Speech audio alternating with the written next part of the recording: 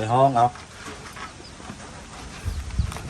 ไม่อีกตัวนึงไม่นี่กันเอานั่นฮักโอ้ย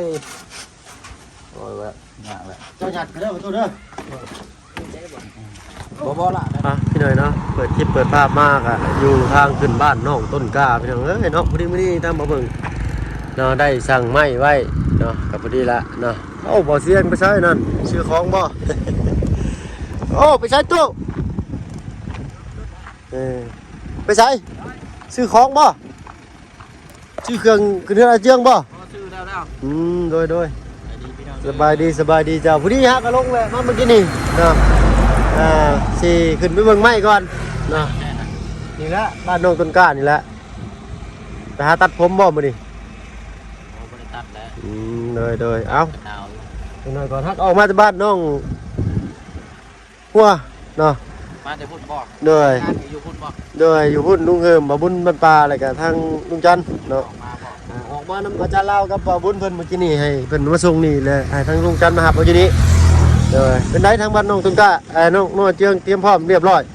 อื่นได้ผู้เฒ่าผู้แก่มาติดเพิ่นมาแล้วบ่จังน้อยกับการเต้นนี่ก็แม่นโอ้มีเต้นบ่จักอันจักนะเจียงดอกขากแล้วน่ะเนาะอุ้ยหนาวมีหมู่นั่งได้โดยเอาผู้ใดจังหน่อยข่อยก็สิขึ้นไปพุ่นคือกันจังหน่อยไปจังน้อยบ่โดยว่าสิไปใช้นี่ขับบ้านลุงหัวบ่อยู่เทิงนี่แหละไปนำกันบ่ไปเบิ่งบ่ใช่เดี๋ยวสิขึ้นไปเบิ่งเรือนน้องเพิ่นไปสัตว์ไปน้องต้นกล้าไปโดยของเก่าบ่ล่ะเรือนเจ้าอยู่ของเก่าพุ่นเนาะโอเคไปสัตว์โดยไปเด้อไปเนาะโอ้ยหากก็เลิกเดี๋ยวโรงเรียนนะน้องเนาะสบายดีป้าลูกเพิ่นแน่เหนื่อยเอาไปย่างเนาะเอาก็ดู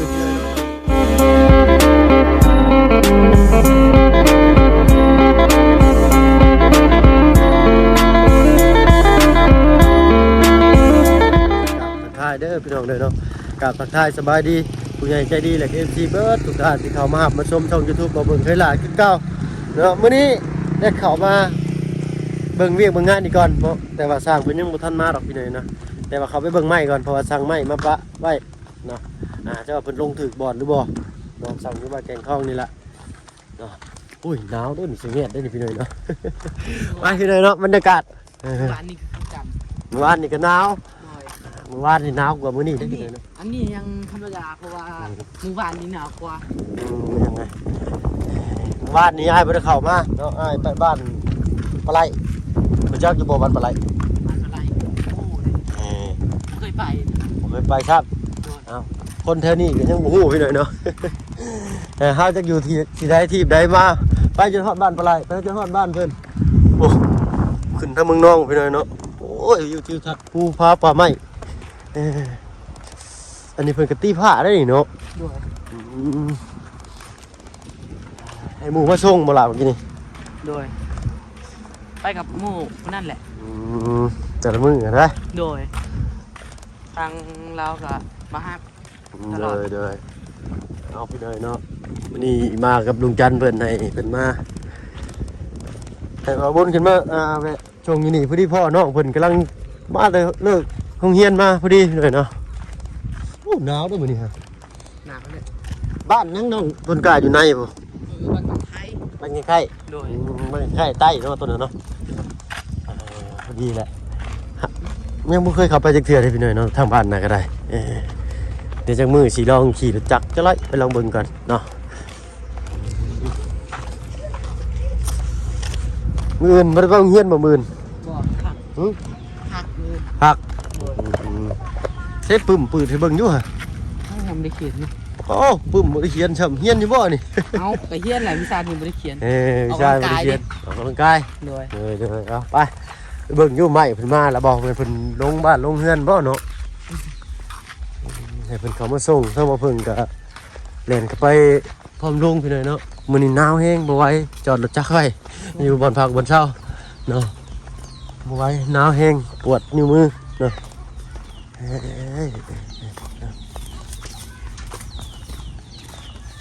บ้านนึงก็เจ็บเลยเนี่ยแหละบาทนึงก็ทั้งเจ็บทั้งแสบเลยจ้ะมาแล้วพ่อเนาะทางลูกของเขาน้ำทางผู้น้อยนะว่าถึกตาเป็นถึกว่าถึกไม้มันเนี่ย โอ้ เข้าไปคุณหมออยู่ตอนเช้า เลย ไปขวด ไปเฮ็ดได้อยู่ไม่ถึกตาดื้อไปจักฮะ เอาบู๊น้ำพอกันเขาเล่นอยู่ ดินนำกันบ่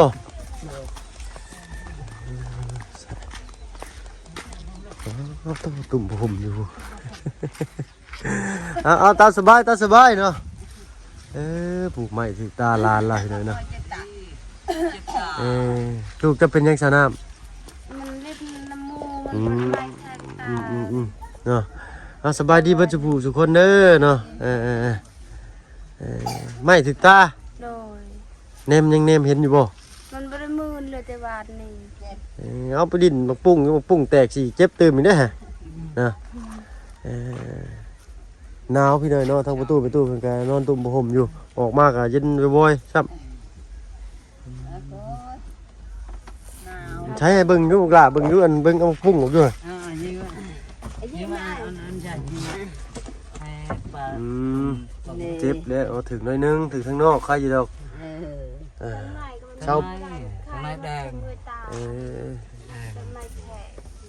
มันถึงข้างนอกหรือถึงข้างในเลยนี่ ทั้งลายกระทึก ปกติเบิ่งก็ได้ประตูมันเจ็บเนาะไอ้นั่นก็นอนพักสิก่อนคือสิหายสิเช้าดอกนี่ใช้อันประตูเพิ่นมาส่งไม้เห็นอยู่บ่ใช้มาเบิ่งอยู่หั่นต้องตะกายเบิ่งดูหนาวงามใหม่เพิ่นนี่ครับราคาแพงอยู่ได้พี่หน่อยเนาะ บ้านกันท้องมาชม แม่นสั่งน้อยต้องสั่งนี้เนาะราคาแพงนี่ก็สั่งแต่ถ้าสั่งแค่นี้ค่าส่งนี่ก็200,000บ่ได้พี่หน่อยนะ ทักใหม่ ขากเนาะงามได้ไหมไปเลือกเอาเลย ชื่อก็ชื่อวูนักใหม่ มืออันมาบางเที่ยงนี่ทางบ่เพิ่งให้ลุงจอดรถอยู่หั่นนี่ก็ลงไปเลือกเอาอ้ายเพิ่นว่าจะได้5เมตร6เมตรมีให้เลือกเนาะไม้มันงามนี่เด้ ชื่อเป็นไม้บรรทัดเลยไม้นะ งาม ต้อง6เมตรนะสิพ่ออยู่พี่หน่อยเนาะเอาใกล้แล้วละทั้งสร้างเพิ่นบ่มา2มื้อเดี๋ยวได้นี่เนาะ โดยเมื่อนี่คาเวียกดี เพิ่นนั่น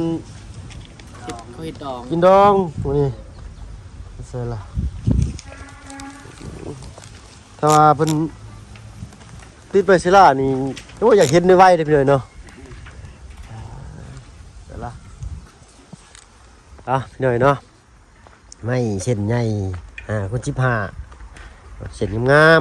นี่ก็ราคา280,000 กีบพี่หน่อยเนาะไม่น้อยก็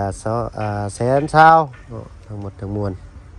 920,000 กีบพี่หน่อยเนาะเงินนำมาเพิ่งกับพอดีเหลืออยู่30,000 กีบพี่หน่อยเนาะ เอาพอดีเลยมืออื่นได้เข้ามาเรื่องงานผู้ได้ซื้อM100ทั้ง3ผู้ละขวดพี่หน่อยเนาะก่อนจะเดินทางกลับบ้านมืออื่นนี่ก็ขึ้นบ้านใหม่ใส่ยางามทางบ้านน้องเตียงเพิ่นพี่หน่อยเนาะทางบ่อเชียงเพิ่นมาแล้วผมเอาไปต้อนรับทางอันบ่อเชียงเพิ่นก็ได้น้องเด้อเนาะเอายังเปิดสมทบค่าสร้างคือเก่าเด้อพี่น้องเด้อเนาะเอาขึ้นมันก่อนพี่น้อยเนาะก็ลม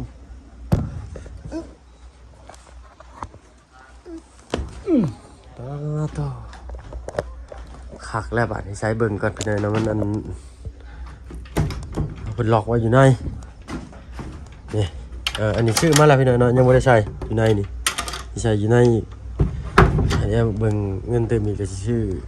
หูล็อกกระเจอยู่นอกนั่นแหละซื้อกุญแจมาตอนนี้คือยังไม่ได้ใส่ดอกพี่น้อยเนาะเพราะว่ายังเอ็มแต่ขอบนอกค่อยว่าน่าสิพอ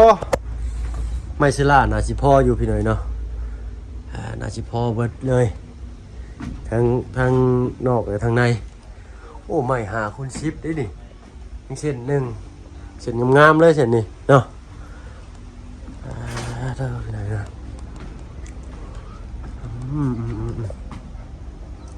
รุ่นเบิ่งว่า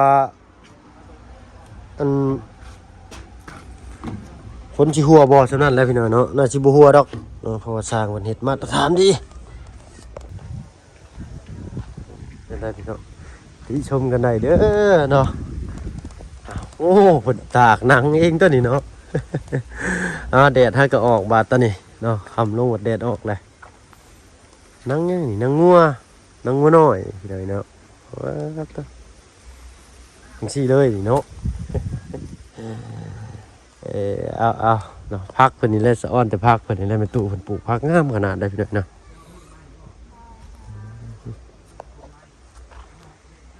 แล้วมื้อนี้พอดีมีทางหมอเสียงเพิ่นขึ้นมาเบิ่งน้ำตื้มอีกเนาะ อีกชั่วโมงแล้วไม่แทงตาขาดเจ็บเนาะโมเมนตาบอดแล้วบ่ ไปได้บอส ไปปวดไปยังเบิ่งแน่ ไปแล้วจ้ะ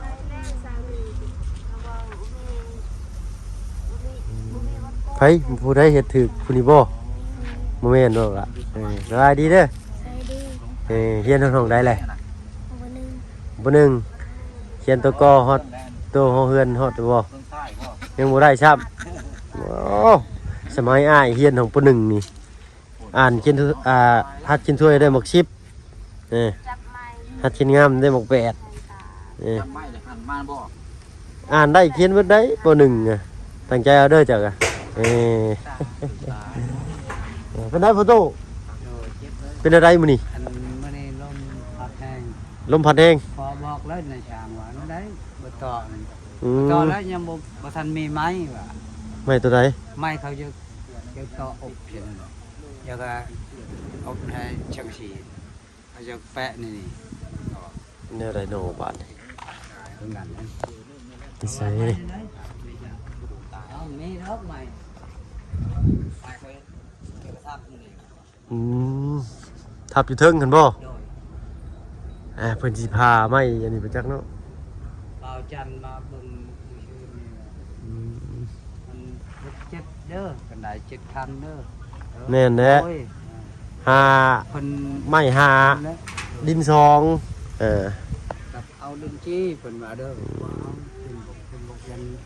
ว่าเพิ่นสิเทเอา เอา เทเอาเก่งแข็งกว่าดินบล็อกกับดินจีอีก โอ้นั่นก็ได้ เลย วันนี้เพิ่นว่านั่น เพ ได้ ราะว่าปูนกับทรายมันใช่บ่เบิดอยู่แล้วพี่น้อยเนาะก็สิเทียทิ่มซื่อ เพิ่นว่าประตูนี่คันเวลาเข้านอนน่ะล็อกได้ เวลาออกได้บัดเวลาจะเอาไปลงไฟฟ้าพุ่นไปทางหายทางคืนเอามากินมื้อข้าวชอกข้าวชานว่ะอ๋อมีดอกครับเพิ่นเอาคงเพิ่นยังบอกดอกเขาชื่อ เนี่ย แช่ไว้ อันนั้นบ่ยากดอกเนาะยังฮอดขั้นตอนมันอยู่ แต่ว่าเพิ่นถึงนะ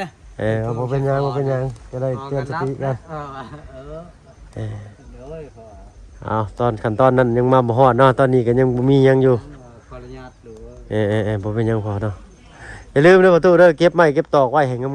มๆได้เนาะ โดย เฮ็ดได้อยู่ติ ได้ เหนื่อยเนาะปัดเอาและทำความสะอาดเด้อ ได้มัดแล้วนี่คือ เหนื่อยใช้ทางบ่เสียงงานแรกแห่งมานเป็นอะไร เอาเนาะ สบายดีจ้าโอ้ยน้องมืออื่นก็เป็นมือขึ้นบ้านน้องอาเจียง น้องเจือง เนาะเป็นได้เจ้าว่าโอเคอยู่บ่นี่ตามเจ้าเบิ่งหลังจากที่ว่าเจ้าผ่านมาหลายหลัง เฮือนทรงล่างเนาะซ้ำนี้แหล้วงามแล้วนี่ก็ ย่างฮอบเบิ่งได้บ่ อันนี้ใช้มีบันไดขึ้นอยู่บ่ บันไดบ่มีเลยตุมีแต่ไต่ขึ้นต้นเสาต้นน่ะ ไปซะอันละ เป็นทางนั้น ไปเลาะเบิ่งก่อน โดยเอาเจ้าอันผิดพลาดบ่ได้ก็บอกได้เด้อ บ่สิถามเจ้านะจังหน่อย โดย นำกันบ่ เอาไปกับไปย่างไปสั่นและตั้งขึ้นอยู่ต้นเสาเลยตุ มองได้มองขึ้นนะ ผู้ได้ผู้ มองทางเช้า แต่ว่าบันไดนี่มองนี้เนาะ แม่นเจ้าปิ่นนี่แหละ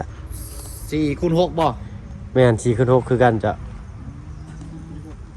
แต่ว่าเสามันใหญ่เฮาเบิ่งนี่คือใหญ่เนาะ และยังไง เฮือนใหญ่นะ เพื่อนแบบว่ามันเต็มนะ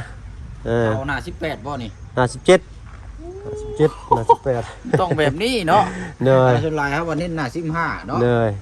มันใหญ่ มันน่ะคือยองแต่ที่จริงขนาดกะนั่นเยอะเนาะขนาดเฮือนนอนเจียงสิใหญ่กว่าได้ตู้ทั้งทึงอ่ะเพราะว่าบ้านนอนเจียงสิมีบ่าออกมานี่ได้ขึ้นนี่เด้ แม่น โอ้ยช่องข้างละ10เซนก็40เซนได้ความกว้างขึ้น โอ้เขียงเนาะมันเสมอ เปียเลยได้แบบว่าคัดชั้นเลยว่าเลยก็ได้ อันน่ะเพื่อนของทางน้องเพิ่นนี่บ่ โดยแม่นน่ะจะ เพื่อนชาตินี่ก็กันว่าคืออยู่พี่นี่เอาเมียมาอยู่ได้นี่เนาะ โดยแม่นน่าจะ เมีย ภายภาคหน้าก็ให้เพิ่นหาต่อเติมเองหั่นแหละตะลุ่มตะลางอยากได้แนวใดก็เฮ็ดเอาเนาะ เอามีต้นทุนตัวเทิงที่เลย เลยเพราะว่าอยู่เทิงมันแน่นหนาดีแล้วมันก็เฮ็ดยังอยู่ลุ่มมันก็เฮ็ดสบายหั่นนะเลยจะว่าได้เป็นตะบันผ่านอยู่บ่ตามเบิ่ง ส นะ ร้างนี่ก็มีบ่ทีมงานใหม่บ่ ทีมงานไอ้รังนะจักสิบอกว่าใหม่หรือเก่าข่อยก็หาก็เคยร่วมกับเพิ่นครั้งแรก เนาะ อยู่ได้อยู่เป็น เลยเนาะ สาวของอย่างเพิ่น การต่อหมอกต่อไม้เพิ่นก็หลายช่างก็หลายแบบได้ตัวเอ้ยโอ้ ตัวนี้ ได้อยู่ เนาะ ใครอยู่บวกกับไม้นะคันไม้ก็งามมันก็งามเหมือน แม่นนะจ๊ะ เที่ยวน่ะสร้างเฮ็ดมัน สำคัญนะแต่ไม้นี่ยอมรับว่าไม้นี่ขดหลายอยู่หลายเส้นอยู่ แต่ว่าเพิ่นตัดต่อเอาได้คือว่าเพิ่นแบบโอ้คักอีหลีเพิ่นเฮ็ดให้นะยอมรับอยู่ว่าสร้างเพิ่นเก่ง เพิ่นเฮ็ดน้ำกันจะคน สองเลยตุตอนแรกมื้อแรกก็มา3ผู้หนึ่งก็วัยรุ่นแน่ก็เลยจักไปไสบ่มา ก็ไว้ได้เนาะแต่ว่าเฮาบ่ทันนำอุปกรณ์ให้เพิ่นซื่อๆเนาะ2มื้อเลยเด้เพิ่นบ่ได้มานี่เพราะว่าเพิ่นไปเป็นล่ามให้ทางงานแต่งเนาะอันไอ้สร้างเพิ่นไอ้สร้างผู้หนึงจักเพิ่นชื่อพี่ชังก็ ชื่อพอคำลา อ๋อไอ้คำลาบ่ โดยพ่อพอคำลา พอคำลาเอ้ยเป็นบ่ชื่อคำลาเป็นแล้วเนาะ คำลาแมนลูก เนาะเอาอันนี้ไม่พานี่เนาะ โดยไม่ใช่ลาโอ้นี่คือกงแท้นี่หาแนวมาห้องขึ้นไหมนี่อ๋อกงของนุ่งเอาไหม มัดได้เนาะ หักได้เนี่ยนี่โอ้ยหักก็เห็นได้นี่ใช้หาไม้มามา มาแม่มันหักได้ไหมอันนี้ครับ โอ้ยลืมเบิ่งนี่นะมาพอตู้มาซอยกันมาพี่ อย่างนี้เนาะ ได้ละไม้พี่เอ้ยหากันเลี้ยวเบิ่งเนี่ยนี่ฮะ ห้อง ตัดบัตรหนึ่งเนี่ยเด้อ เลยห้องเอาไม่อีกตัวนึง ไม่ เอาดินบล็อกก็ได้คันมี บอกบ่มีเลย มีบ่เอาตอนนั้นแล้วได้แล้วมาดูไม่นี่กันเอานั่นฮักโอ้ยแบบหนักเลย เจ้าหยัดไปเด้อตัวเด้อ บ่ละได้ตัวนี้ มันเลยคิดเลยเอาไม้หนิงกันได้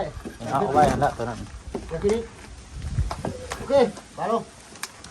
เฮ้ยทันแต่ว่า มันห้องปลายมันเนี้ย มาเหยียบฮักปกก็ได้กินนี่นะ Để con kia nó sẽ hở ลูกหลานนี่แหล้วมาไต่เนาะ thâu rồi nè ลูกหลานมาไต่เหยียบครับไต่แล้วแหละทำแล้วเหยียบกระดาษ ให้เขาเย็บเอ้ยดูเว้ยโอ้ยเย็บอะไรเอ้ย โอ้ยหนาวแท้เนาะทำได้ ท่านได้หลอกเบิ่งเบิดซ้ำเมื่อกี้นี่พ่อมันขิงอยู่ เพราะว่านี่มีหอดแดดนี่ใครๆอยู่มีแดด ให้บันไดกับห้ากระสังมาเมื่อเช้าเบิ่งอยู่ตู่งามบอกโอ้ต้องซื้อเป็นไม้บรรทัด โอ้ยหมดตัวนี้แล้วไม่น่า15เนาะเอา6 เมตรพุ่มจัง 6 เมตรเจ้าพอสิสั่ง5 เมตรย่านเพื่อตัดเพื่อหยังเลยมันบ่พอหาขันเด้ข่อยว่าสิให้เพิ่นเฮ็ดนั่นมันได้ไม้หามันได้ดินน่ะ2นี่เป็น7เด้อมีแม่มันได้นำเด้แม่มันได้นี่เส้นหนึงเอาตัวใหญ่เลยนะแบบทนทานมาตรฐานมีแต่แนวใหญ่ๆเพื่อนหลังนี่เสานี่คักแต่เสานี่แหละนะว่าให้น้องเพิ่นว่างๆก็ให้น้องเพิ่นเอาน้ำมาทูเอาก่อนอัน ใหญ่คักเนาะ เลย เอา เนี่ยนะตัดอยู่เลยเอารุ่นเบิ่งนำกันอีกพี่หน่อยเนาะว่าสิให้ทั้งอ้ายเพิ่นปิดบันไดปิดกันมาขึ้นอยู่เนาะแบบบ้านน้องอาเจียงเลยนะเด้อแล้วก็อันนี้ก็ยังสิเอาไม้ที่ว่าปัดลมนั้นมาให้เพิ่นผ่าเด้มีอีก2 แผ่นดิ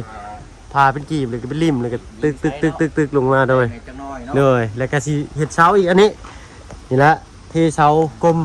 น้อยๆแล้วก็เห็ดไม้ต่อขึ้นนี่ตัวเสาโซหน้าบ้าน อันนี้เนาะแต่ว่า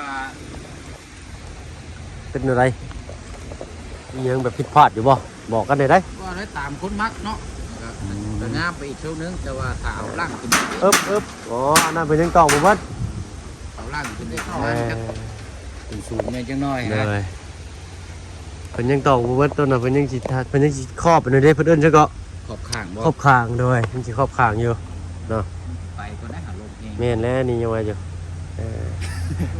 ลมเองช่ำเนาะ ลมมื้อนี้ลม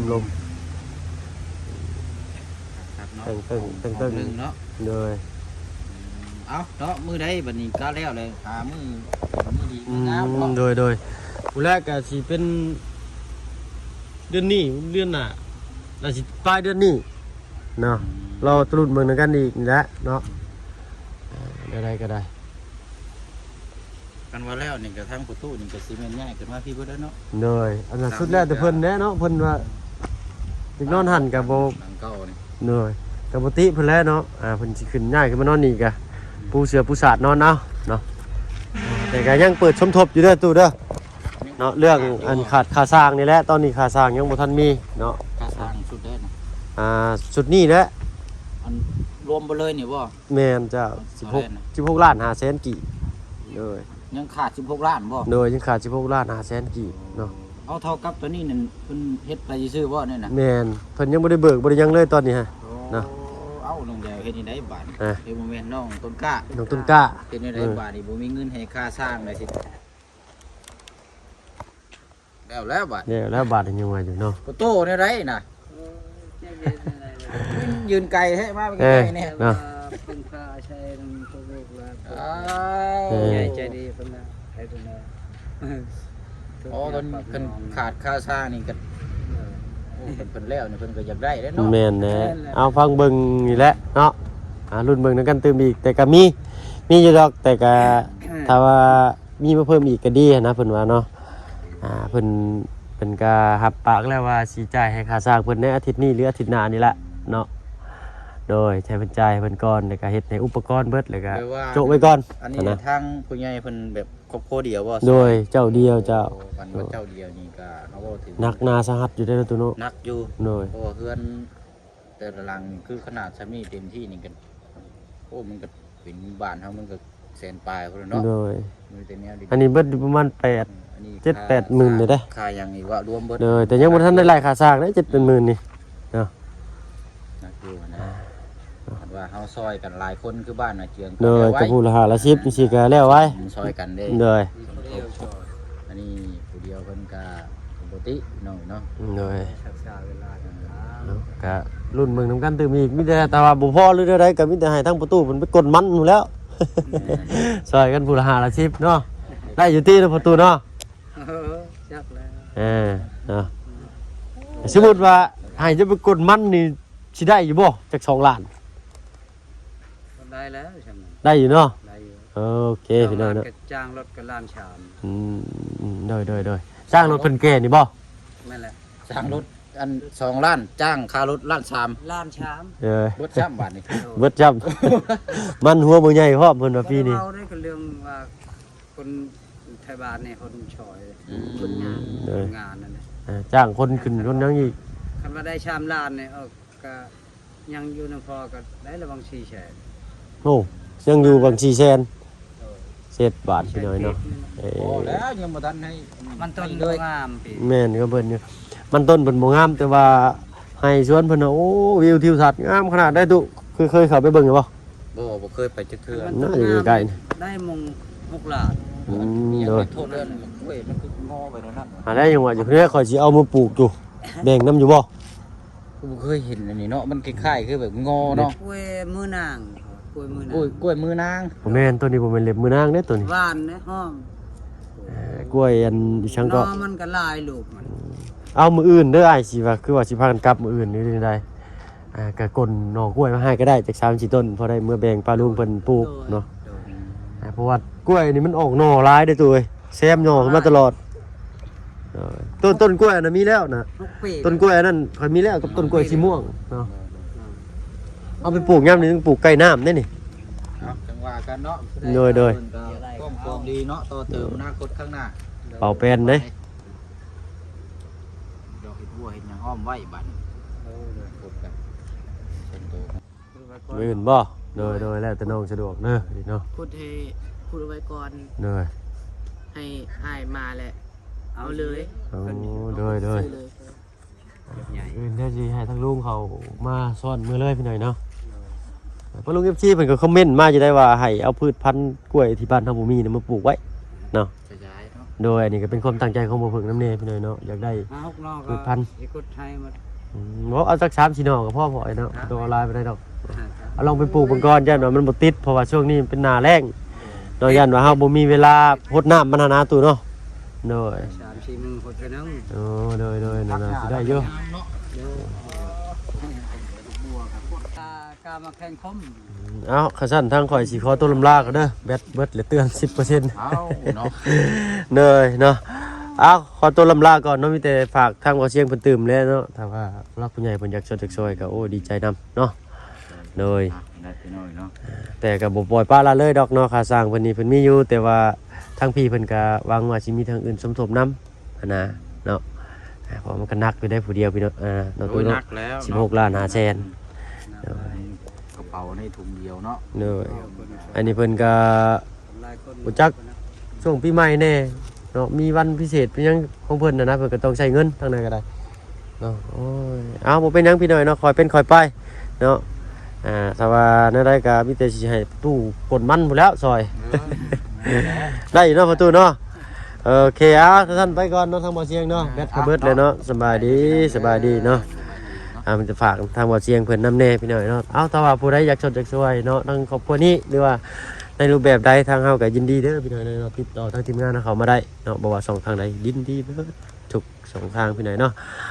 ลาไปด้วยภาพบ้านช่องเงินซานเนาะยังบ่ทันขึ้นพระข้างเนาะแล้วก็ยังบ่ทันได้บันไดแต่ว่าไม่ต่อของตามมาพร้อมเรียบร้อยเนาะเหลือแต่ลูกติ่งเด้อบัดนี้เด้อโอ้เนาะลูกติ่งได้นี่เนาะไปแล้วพี่น้อยเนาะอยู่ดีมีแรงเบิดสุขสุขคนที่เข้ามาหามาชมช่อง YouTube เอาเพิ่นไทยละคือเก่าไปแล้วพี่น้อยเนาะสบายดีจ้ะ